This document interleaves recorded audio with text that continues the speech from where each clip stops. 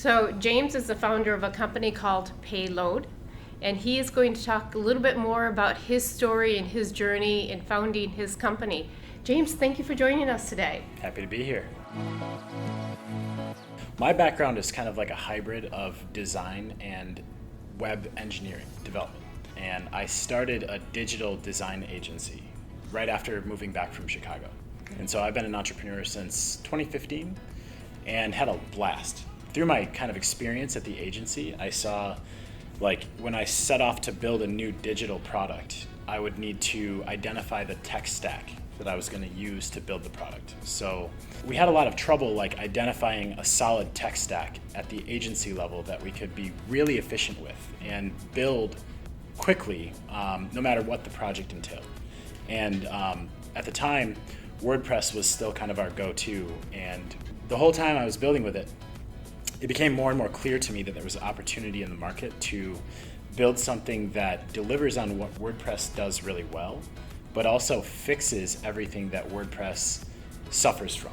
So I started just kind of brainstorming like what that would look like. And so we started building Payload.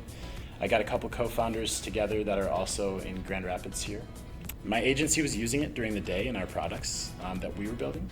Fast forward, we launched in 2021, and then we did a full open source announcement just this past June. And that blew the doors off, and we're growing like crazy.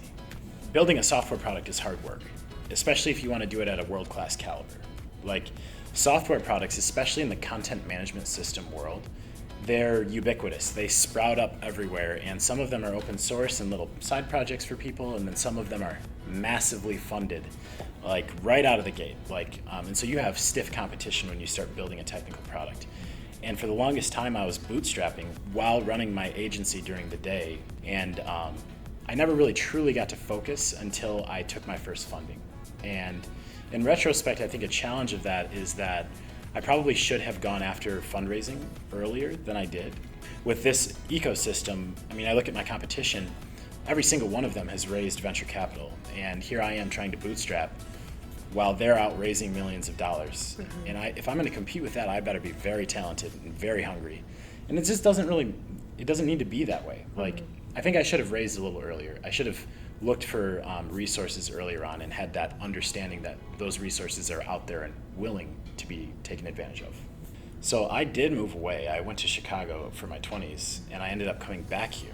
And I came back here because I saw, I'm gonna start to have a family. I want to be around my family and my friends. The city is manageable.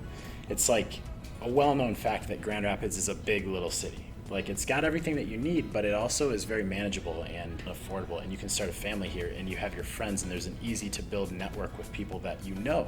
Grand Rapids has this kind of magic about being the exact right size. Also, I think that we have things that other cities of the same size don't offer.